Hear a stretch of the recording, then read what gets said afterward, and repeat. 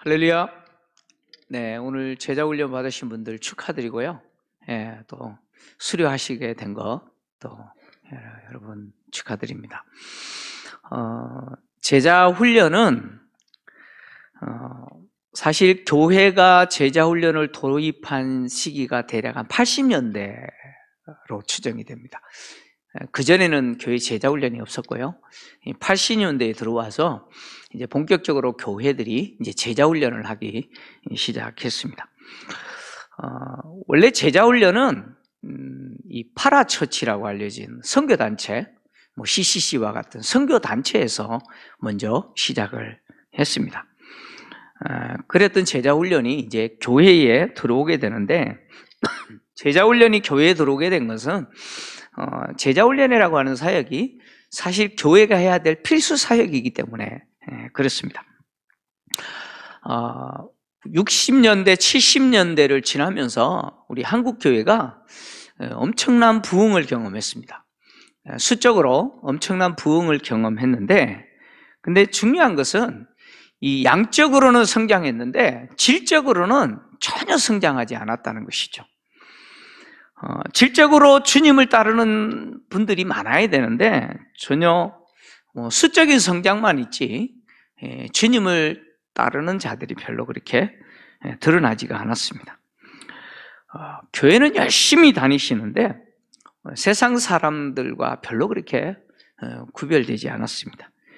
교회 안에서 직분을 받고 집사도 되고 또 심지어 중직도 되는데 문제는 불신자들과 똑같이 사시는 거예요. 불신자들과 똑같이 사세요. 그래서 여러분 오비표 보리차 아시죠? 오비표 보리차 마시시고 진로표 사이다도 마시시고 어떤 분은 그래요. 목사님 저는 아침 이슬만 먹어요. 아침 이슬만 마시시고요. 심지어 어떤 분들은 그냥 코에 입에 연기를 쏟아내시고 막 이런 분들이 있어요. 불을 뿜으시고 막. 열심히 신앙생활 하신다고 교회는 나오시는데 문제는 세상 속에서 전혀 삶이 변화되지 않는 거예요. 제가 무슨 말을 했는지 이해되시죠? 오비표 보리차 진로표 사이다가 뭔지 아시겠어요? 뭐 아침 이슬은 아시겠죠. 참 이슬은 아시죠? 삶이 변화되지 않는 성도들의 모습을 보면서 단지 양적인 성장이 문제가 아니라는 것이죠. 아무리 수적으로 많아도 변화되지 않는 성도의 모습을 보면서 이것은 하나님이 기뻐하시는 것이 아니다. 그래서 실제로 삶의 변화를 통해서 주님을 따라가는 제자를 만드는 것이 교회가 해야 될 역할이다라고 깨우치시고 제자 훈련을 교회에 도입하시기 시작한 것이죠. 그리고 제자 훈련이 교회의 사명이라는 사실을 인식하기 시작합니다. 사도행전을 보면 우리가 사도행전 강의를 통해서 사도행전을 다 다뤘잖아요. 사도행전을 보면 예수 믿는 자들을 전부 제자라고 부릅니다. 그죠? 예수 믿는 성도를 제자라고 부르고 그 제자를 그리스도인이라고 부르잖아요. 성도는 제자고 제자는 그리스도인이다라고 하는 것은 예수 믿는 모든 사람들은 제자로서 그리고 그리스도인으로서 삶을 능히 살더라는 거예요. 그러니까 제자라고 불려질 수밖에 없고 그리스도인이다라고 흔히 우리식으로 이야기하면 예수쟁이다라고 불려질 수밖에 없는 그런 삶을 실제로 살더라는 거예요. 그래서 사도행전을 보면 예수를 받아들이고 예수를 믿는 따르는 자들을 전부 제자다, 그리스도인이다라고 말합니다. 제자 훈련은 교회가 해도 되고 안 해도 되는 그런 사역 아닙니다. 반드시 해야 될 사역이죠. 그래서 마태복음 28장 마지막 내용을 보면 예수님이 제자들을 향해서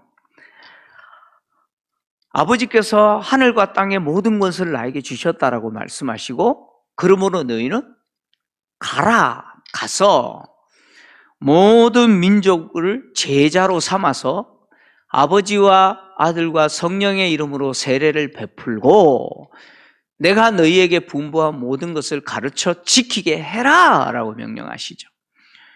여기 5가지 동사가 등장하죠. 가라, 제자 삼으라, 그리고 세례 주라, 가르치라, 지키게 해라. 이 5가지 동사 가운데 주동사가 제자 삼으라 라는 동사입니다. 나머지 동사는 종속 분사입니다. 종속 분사예요. 제자 삼으라 라고 하는 이 동사를 꾸며주는 형용사 역할을 하는 종속 분사예요. 그러니까 예수님의 명령의 핵심이 뭐예요? 제자 만들라, 이것이 핵심이에요. 제자 만들기 위해서 먼저 뭐 해야 돼요? 가야 돼요. 가야 되고요. 아버지와 아들과 성령의 이름으로 세례를 줘야 되고요. 그리고 가르쳐야 돼요. 지키게 해야 돼요. 가르쳐야 될 내용이 뭡니까? 주님이 지켜야 된다라고 분부하신 그것을 가르쳐서 지키게 만들어서 제자로 살게 해라. 이것이 예수님의 명령의 핵심이죠. 그래서 제자 삼는 것은 해도 되고 안 해도 되는 문제가 아니에요. 성도들이 제자로 사는 것, 그것은 필수입니다. 필수예요. 선택의 문제가 아니라는 것이죠.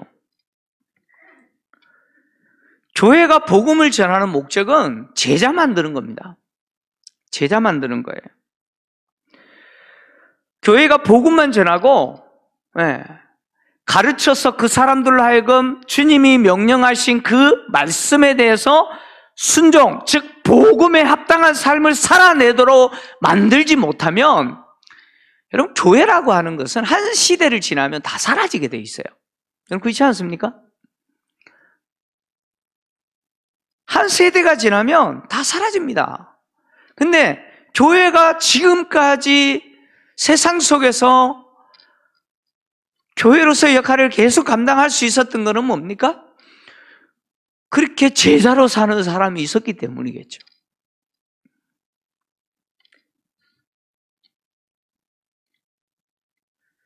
따라서 복음을 듣는 성도들은 복음에 합당한 삶을 살아내야 됩니다. 살아내야 되는데, 그래서 필요한 게 뭐예요? 훈련입니다. 훈련. 가르쳐 지키게 하는 훈련이죠. 바울이 지금 에베소 교회 성도들에게 이 본문을 이야기하는데, 우리가 사도행전에서 봤듯이 바울은 에베소 교회를 3년 동안 사역했습니다. 에베소에서 3년 동안 사역을 했는데, 바울이 에베소에서 사역했던 사역의 내용을 가만히 보면 특징이 있죠. 그 특징이 뭡니까? 두란노 서원에서 가르쳤다는 것이죠. 다시 말하면 두란노 서원에서 3년 동안 제자 훈련했다는 거예요. 그래서 이 바울의 제자 훈련 사역이 엄청난 파장을 일으켰죠. 얼마나 놀라운 일들을 에베소에서 일으켰느냐. 여러분, 마술하던 사람들이 자신의 생명과 같은 마술책을 가지고 와서 불태워버렸잖아요. 어느 5만이나 되는 그 마술책을 불태워버렸어요. 심지어 바울의 이 에베소 사역은 에베소 지역에만 영향을 미친 게 아니라 그 지역을 뛰어넘어서 교회가 개척되게 했죠. 여러분, 골로새 교회가 바울이 에베소에서 사역할 때 빌레몬이라는 사람이 바울을 통해서 제자 훈련 받고 자기 고향인 빌로몬에 가서 골로새에 가서 교회를 개척한 거 아닙니까? 그래서 골로새 교회가 빌레몬의 집에 개척된 교회 아닙니까? 이런 놀라운 역사가 일어난 이유가 뭐냐? 바로 성도들이 말씀을 지식적으로 배우지 않고 그들의 삶 속에 실천하는 제자로서 훈련받았기 때문에 그랬다는 것이죠.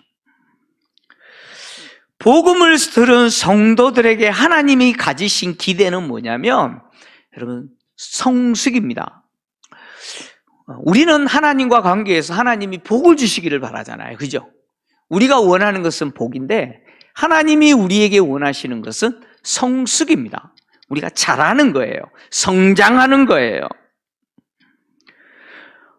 복음을 듣고 태어난 영적으로 갓난아이 같은 성도들이 계속해서 하나님의 진리의 말씀으로 양육받고 훈련받아서 계속해서 성장하여 어린아이에서 벗어나서 단단한 신앙인이 되는 것, 그것이 주님이 우리를 향하여 가지고 계신 기대라는 것이죠.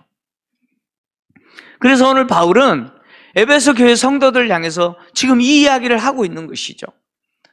하나님이 에베소 교회 성도들을 향하여 갖고 계신 기대는 뭐냐? 그리스도의 장성한 분량까지 자라는 거예요.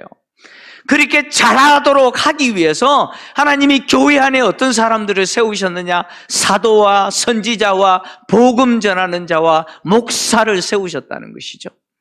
그러니까 교회 안에 하나님이 목사를 세우신 목적은 뭐냐면 성도들 하여금 바로 그리스도의 장성한 분량까지 자라도록 가르치는 그 교사의 역할을 감당하는 것이죠. 주님이 말씀하신 것을 배워 지키도록 하기 위해서 그렇게 목사를 세우신 것이죠.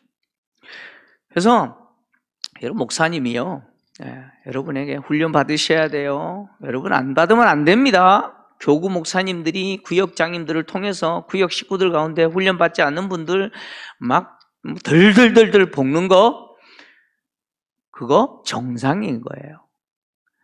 여러분, 목사님들이 훈련 안 받아도 돼요. 그러면 목사 자격 없어요. 덜덜덜덜 볶아야 돼요. 신방만 가셔서 입만 열시면 훈련 받으셔야 돼요. 이번에 신청하셨죠? 이번에 신청하셨죠? 제자훈련 신청하셔야 돼요. 이게 신방이에요. 목사님들의 신방이 그래야 돼요.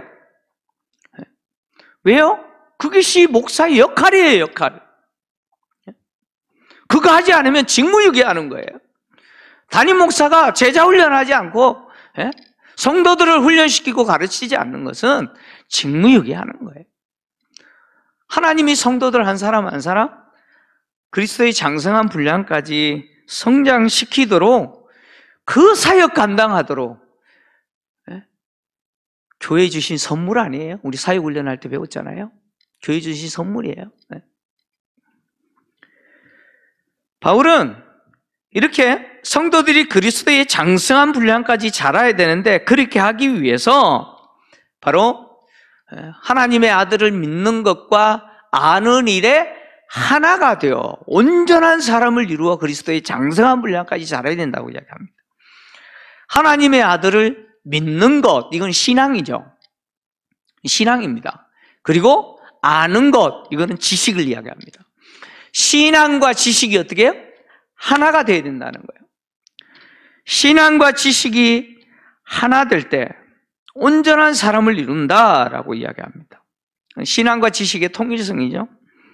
이것은 한 개인뿐만 아니라 교회 공동체를 향해서 지금 바울이 이야기하는 거예요. 지금 개개인에게 이야기하고 있지만 에베소 교회 공동체를 향해서 이야기하고 있습니다. 믿는 것과 아는 일에 하나가 되어야 돼요. 여러분, 믿는다는 건 뭡니까? 하나님의 아들을 믿는 거죠. 하나님의 아들, 바로 예수 그리스도를 믿는 겁니다. 예수는 누굽니까? 하나님의 아들이시라는 거예요. 그분이 하나님의 그 영광 보좌를 버리고 우리와 똑같은 사람이 되어 오셨다는 거예요. 그리고 우리를 위해서 죽어주셨고 그로 인해서 내가 누구가 된 거예요? 하나님의 자녀가 됐다는 것이죠.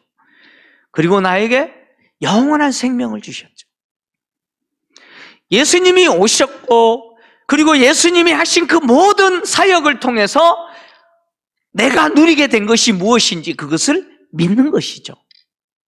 그것이 하나님의 아들을 믿는다라는 말의 내용이죠. 아는 것은 뭡니까? 안다라고 하는 것은 지식을 이야기하지만 지식을 뛰어넘는 알미예요. 이거는 여기 안다, 알다라고 하는 헬라어 에피그노시스라고 하는 단어인데 이 단어는 다르게 번역하면 명확, 명확한 지식 또는 명확한 인식, 그런 뜻입니다. 그러니까 예수님에 대해서 그냥 지식적으로 아는 게 아니고 명확하게 아는 거예요. 그러니까 예수님의 존재, 그리고 예수님이 실제로 나의 삶의 현장에 나와 함께 하신다라고 하는 사실을 경험을 통해서 아는 거예요. 여러분, 제가 누군지 알잖아요. 그죠? 저 모르는 사람은 간첩이죠. 김포제일교회 성도 아니죠? 다 저를 알아요. 근데 저에 대해서 아는 거죠. 실제로 저를 아는 사람은 누구예요?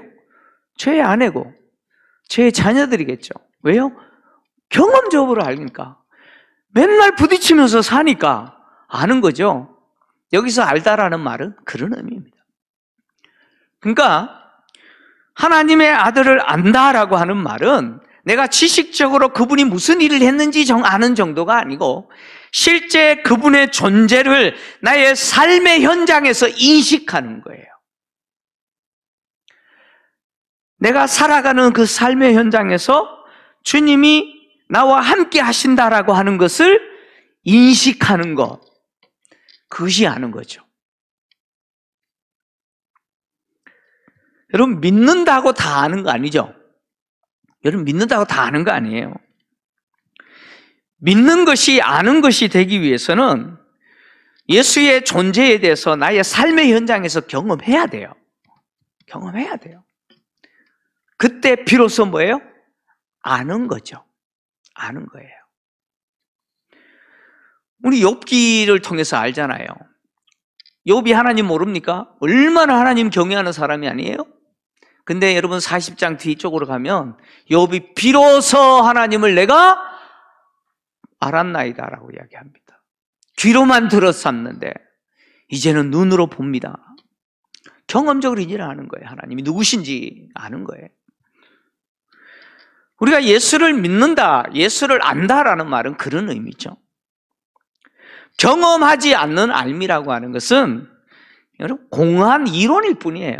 그냥 이론입니다. 공허한 이론이에요. 오늘 바울은 에베소 교회 성도들 개개인에게 말하지만 공동체를 향해서 이야기합니다. 우리가 다라고 표현하잖아요. 에베소 교회된 성도, 모든 성도들, 한 사람도 예외 없이 모든 성도는 하나님의 아들을 믿는 것과 아느레에 하나가 되어서 함께 자라야 된다는 것이죠. 교회 공동체는 함께 자라야 됩니다. 주님은 당신의 성도들이 당신을 닮기를 원하죠.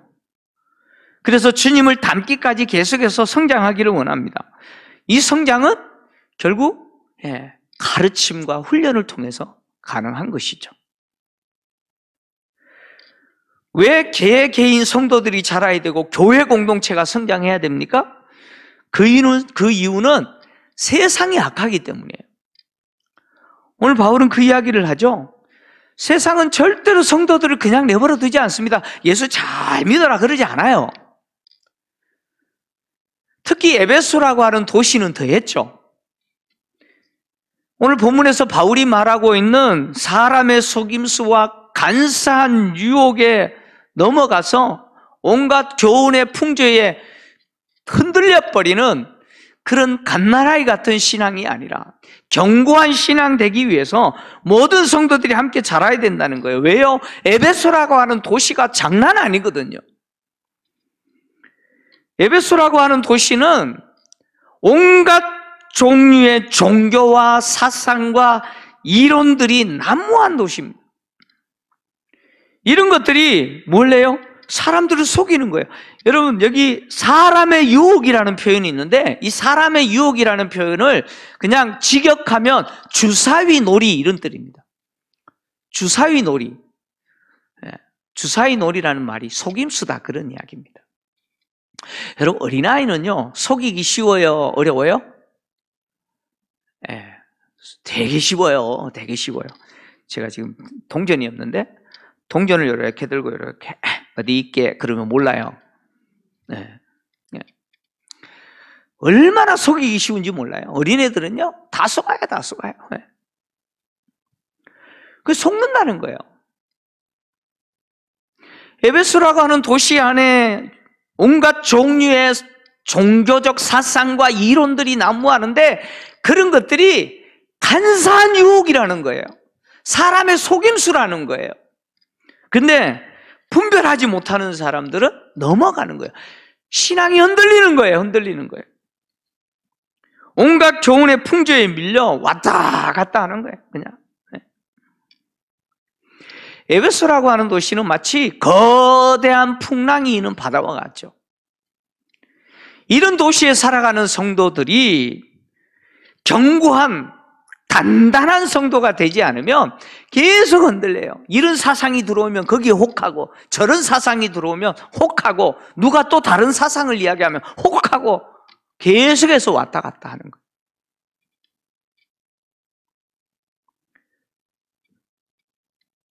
주님을 믿는 믿음과 예수를 아는 그 지식이 자신의 삶의 현장에서 경험적으로 예수를 알 때 그 사람은 흔들리지 않아요.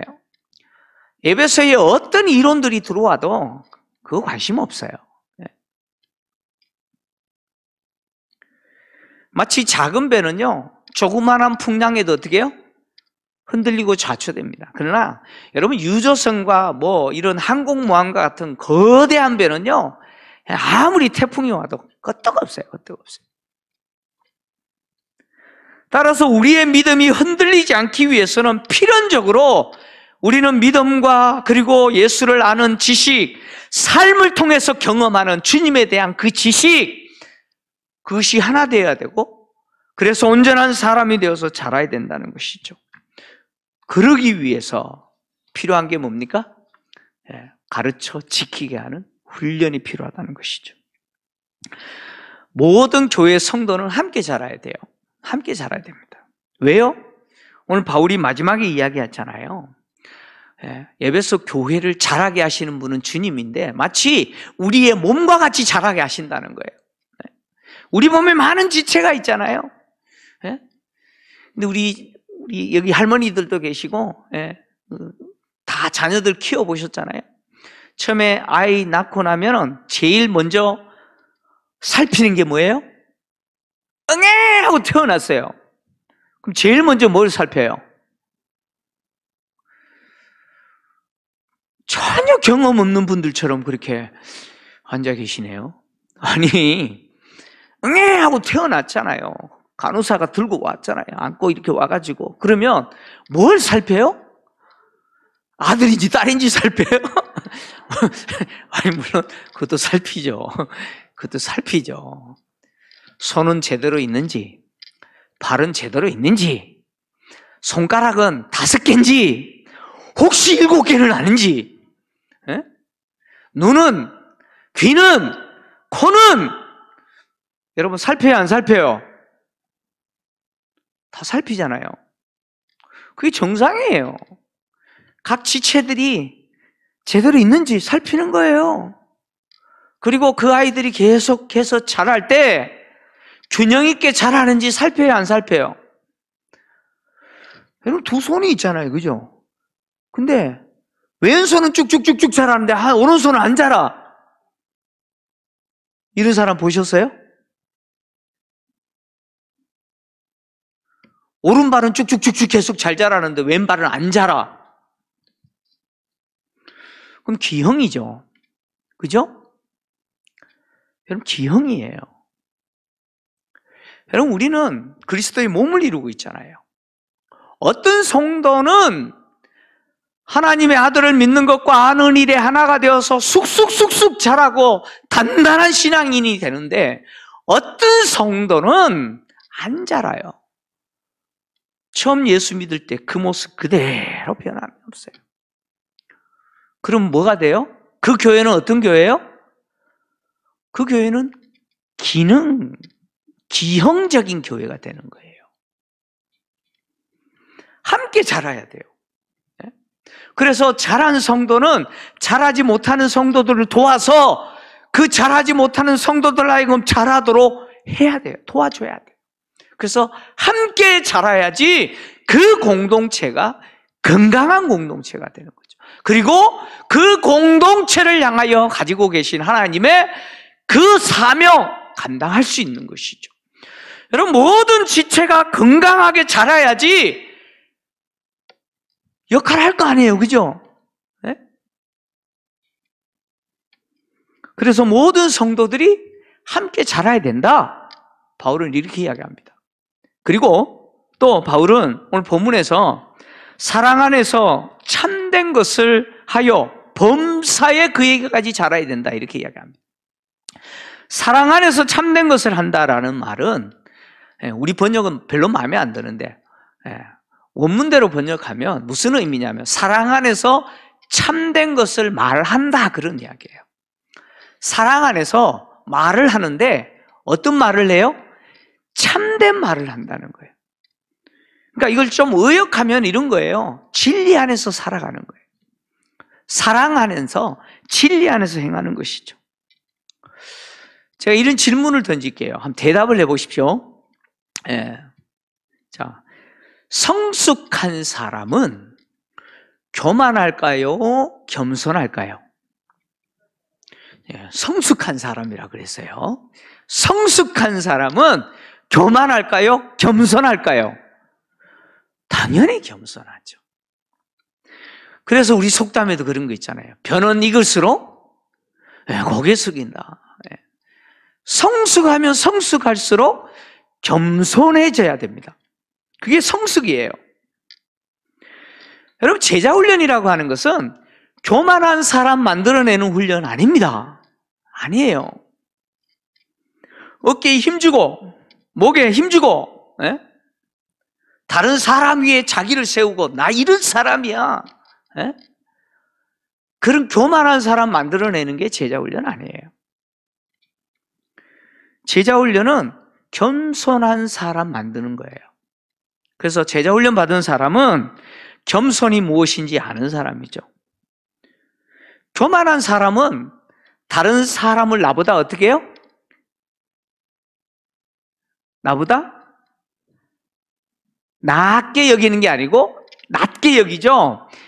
여기 받침 하나가 얼마나 차이가 나는지 시옷이냐 지옷이냐에 따라서 완전히 달라집니다.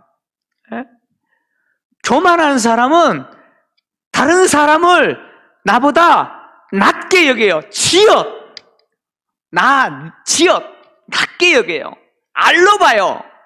겸손한 사람은요 다른 사람을 나보다 시옷, 낮게 여겨요.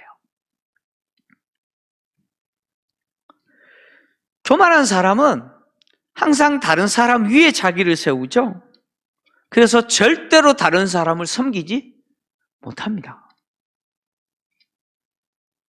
그래서 교만한 사람은 다른 사람을 섬기지 못할 뿐만 아니라 다른 사람의 말을 안 들어요. 여러분, 이렇게 대화하다 보면 그분이 교만한 사람인지 겸손한 사람인지 어떻게 합니까?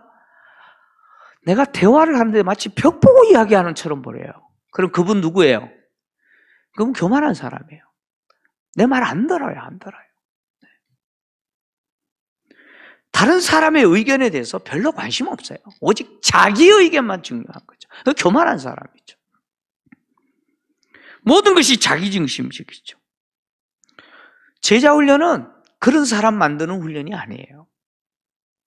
제자훈련은 사랑 안에서 참된 것을 말하는 사람 만들어내는 거예요.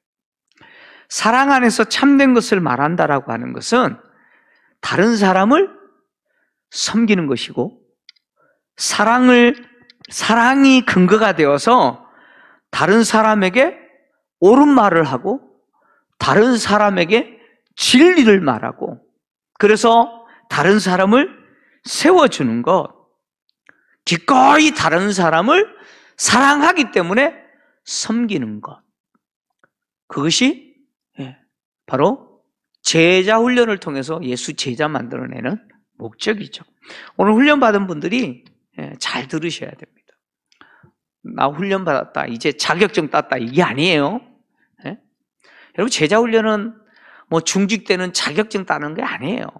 그렇게 이용하는 사람들도 있습니다만은 자격증 따는 게 아니에요. 내가 예수님의 제자로 살아가는 훈련이죠. 다시 말하면 제자 훈련은 이제 내가 훈련 받았으니까 완전한 자다, 이걸 증명하는 것이 이 제자 훈련 수료식이 아닙니다. 제자 훈련 수료식은 이제부터 내가 제자로 살아갈 수 있도록 훈련했기 때문에 이제 나의 삶의 현장에서 나는 예수님의 제자라고 하는 것을 살아내도록 도와주는 것이 훈련, 이 수료식이죠. 지금부터 이제 여러분들은 훈련 받으셨기 때문에 삶의 현장에서 여러분 제자로 사셔야 돼요. 내가 훈련 받은 것에 대해서 이제는 증명해 내셔야 돼요. 사역 훈련 받으신 분들은 증명하셔야 되고요. 제자 훈련 받으신 분들은 증명하셔야 되고요. 이제 성장반 또 교리반 훈련 받으신 분들은 그 훈련에 맞게끔 이제는 그 삶의 현장에서 증명하셔야 돼요. 이제는 그렇게 살겠습니다라고 결단하는 것이 이 수료식이죠. 제자 훈련은 그렇습니다. 저는 우리 김포제일교회 제자 훈련이 우리 모든 성도들이 그리스도의 장성한 분량까지 자라도록 하는 일에 있어서 너무너무 중요한 훈련이 되기를 원합니다. 그리고 이 훈련 받은 분들이, 중요한 거는 훈련 받은 분들이 이제는 훈련 받은 대로 사셔야 돼요. 왜냐하면 훈련 받은 분들이 그렇게 안 살잖아요. 그러면 그 훈련소 문 닫아야 돼요. 그 훈련소 문 닫아야 돼요. 아니 뭐 훈련 받아도 별 소용없네? 아유 뭐 저분은 훈련 받으나 안 받으나 똑같네? 그 훈련소가 의미가 없는 거예요. 그 훈련소 문 닫아야 돼요. 우리 김포제일교회 이 제자훈련원이 문 닫지 않으려면 여러분들이 이제는 그 역할을 잘 하셔야 돼요. 야, 우리 집사님 훈련 받더니 완전히 달라졌다. 우리 엄마, 우리 아버지 훈련 받더니 완전히 달라졌다. 그래야 그 자녀들이 뭐예요? 예수님의 제자의 삶이 무엇인지 배우고 또 그렇게 사는 거예요. 그래서 이 훈련이 계속해서 이어질 수 있는 것이죠. 오늘 훈련 받은 분들이 그 역할을 잘 감당하시기를 주의 이름으로 축원합니다.